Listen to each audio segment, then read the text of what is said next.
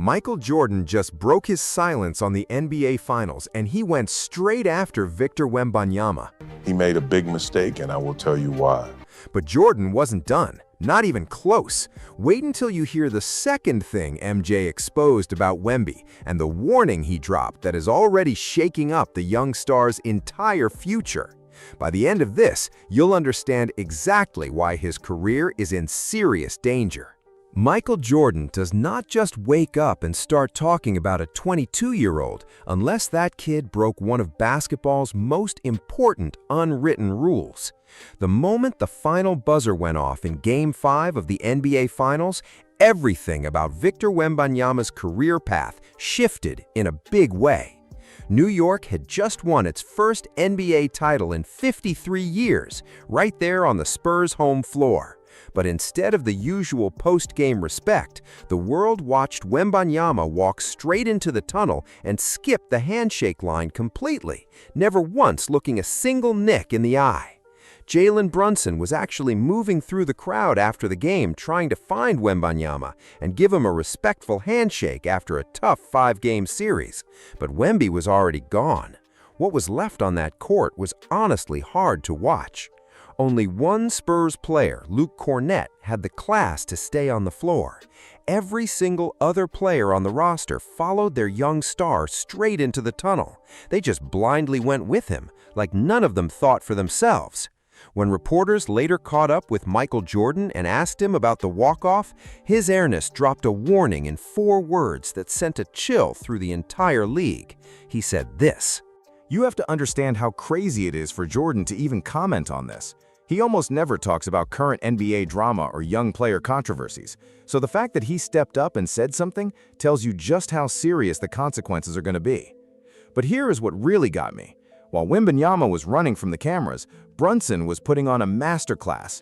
Instead of rushing to his own teammates to celebrate the historic title, he walked straight over to the Spurs bench to hug head coach Mitch Johnson first, just to show respect. He later told the media it was pure instinct, and the way he was raised, win or lose. On the surface, it looks like pure sportsmanship, but once you hear the second warning MJ gave Wemby, you will see that Brunson was actually setting a trap. It was a calculated move that exposed Wembanyama's immaturity on a global stage. And if he does not find a way to turn this around, it could change how the entire league treats him for years to come. Things got even worse when Wembanyama reached the podium. He wrapped up his media session by telling reporters, "Appreciate y'all, see you all never." Then he tried to rewrite the whole story by claiming the Spurs had dominated most of the series while the Knicks were still celebrating right outside. Saying that while the confetti was still falling takes a level of denial we rarely see in professional sports. But to be fair, the scoreline alone does not tell the full story, because the way this series actually fell apart explains why the loss hit Wemby so hard. The Spurs blew a 14-point lead in Game 1. They blew a 12-point lead in Game 2. They won Game 3, but then collapsed from 29 points up in Game 4, the biggest blown lead in NBA Finals history. Then they gave up a 16-point lead in the Game 5 elimination. The numbers show that San Antonio led for 72% of the total minutes played across the whole series and still lost 4-1. This was supposed to be Wembanyama's house, but the Knicks walked in and took it. The handshake snub was not just one moment of frustration, it was the final piece in a series that had been full of bad blood and physical confrontations the whole time. That is exactly why Michael Jordan felt like he had to say something. Jordan knows what happens when you show that kind of weakness to an elite competitor, because he spent his entire prime watching for opponents to make that same mistake. Jordan was also triggered because he recognized the exact trap Wembanyama just walked into. When the media pushed him to talk about the walk-off, he went back to a famous interview from decades ago about his battles with the Detroit Pistons. He explained that even though it hurt to shake their hands after a loss, the way the Pistons behaved when they skipped the handshakes actually told the Bulls everything. It confirmed Chicago had already taken control. And if you really listen to what Jordan is saying there, it is one of the coldest breakdowns of basketball psychology ever spoken out loud. Jordan is not telling you to be nice or soft. He is telling you that walking up to the man who just beat you, looking him in the eye, and shaking his hand is actually a sign of power, not weakness. By going straight to Jaylen Brunson, looking him dead in the eye and locking hands, you send a silent message. You are not broken. You are telling your rival you will be right back next year and that they are going to need a lot more than luck to stop you. The other side of this is even more dangerous because it is all about the panic inside your enemy's head. When the bad boy Pistons walked off on Jordan back in 1991, MJ did not feel hurt or disrespected. He felt confirmed.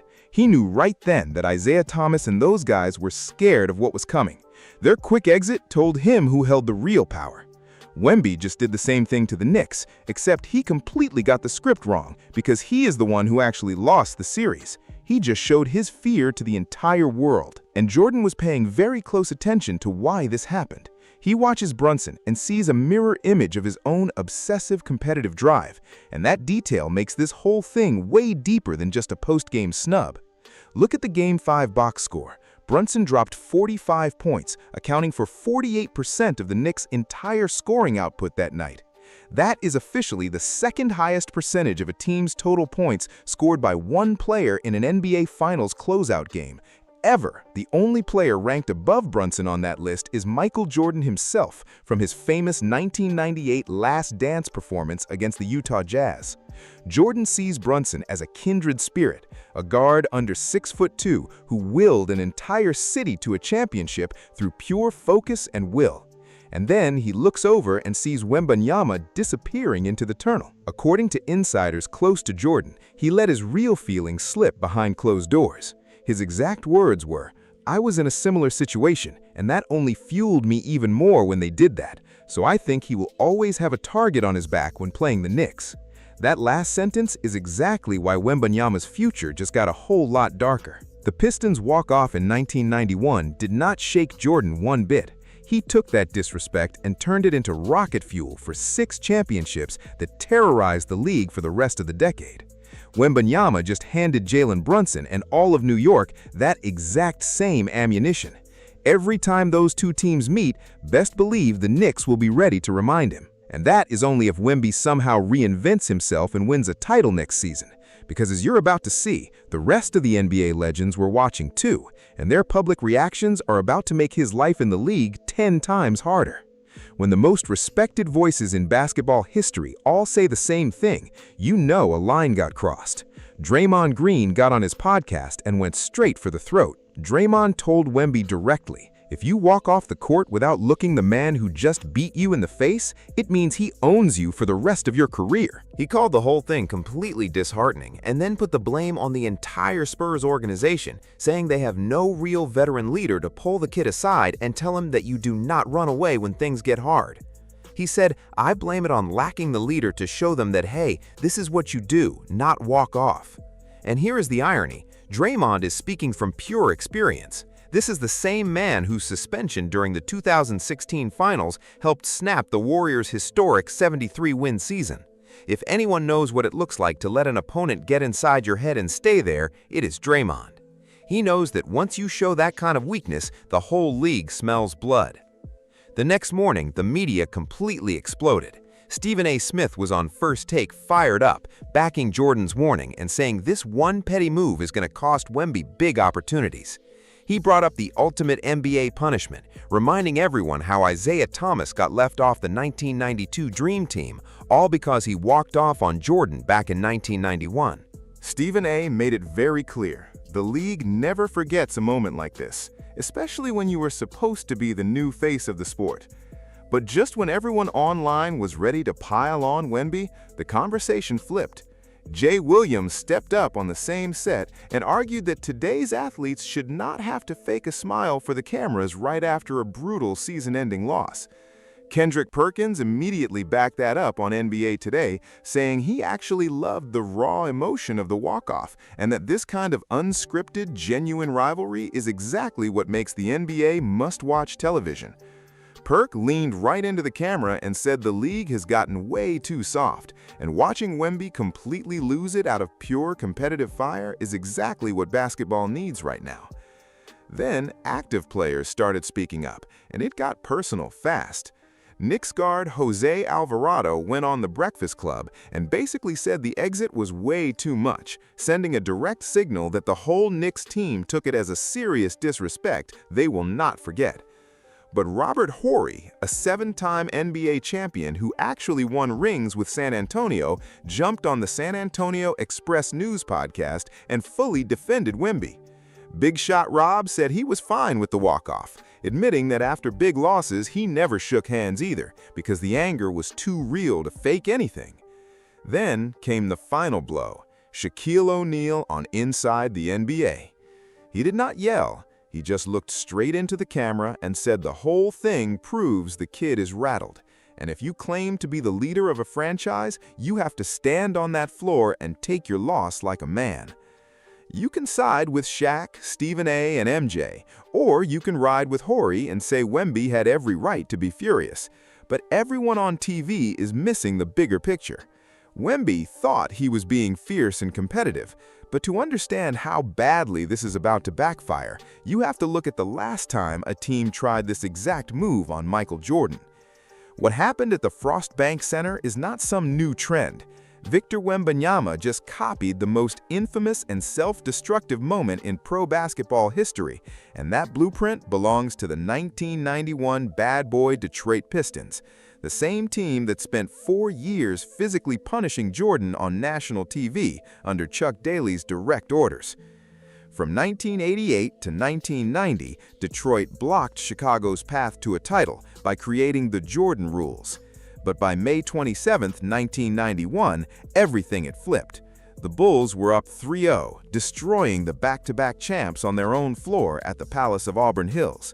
With just 7.9 seconds left in Game 4, instead of accepting the loss with dignity, Isaiah Thomas led his team out early.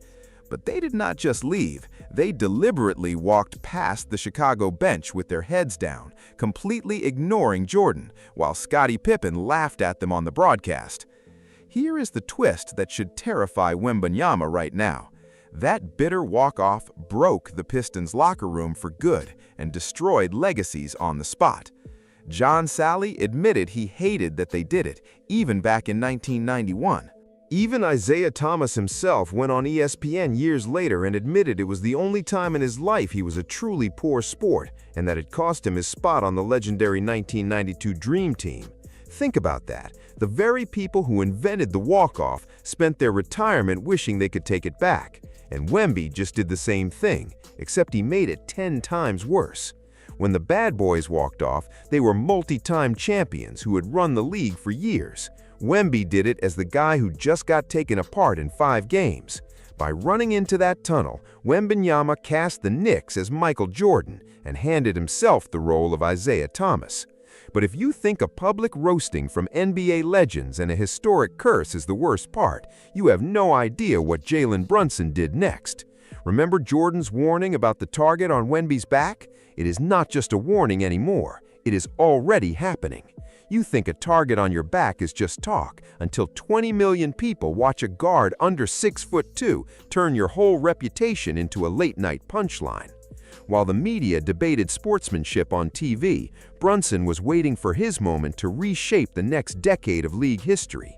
He did not just celebrate in San Antonio. He waited until the team flew back to New York, got to the private championship party, climbed up on a couch with champagne in hand, looked at his teammates, and started a full chant of "Fuck Wemby" until the whole room exploded. But that toast did not come out of nowhere. This entire 5-game series was basically a primetime fight dressed up as basketball. It started all the way back in Game 3 at Madison Square Garden when Wembanyama snapped. He got tangled with Brunson on a baseline play and shoved him near the back of the neck. The refs missed the call, but the league later admitted it was a blown whistle. By Game 4, Wemby had fully unraveled, throwing a hard off-ball elbow that caught Karl Anthony Towns in the temple.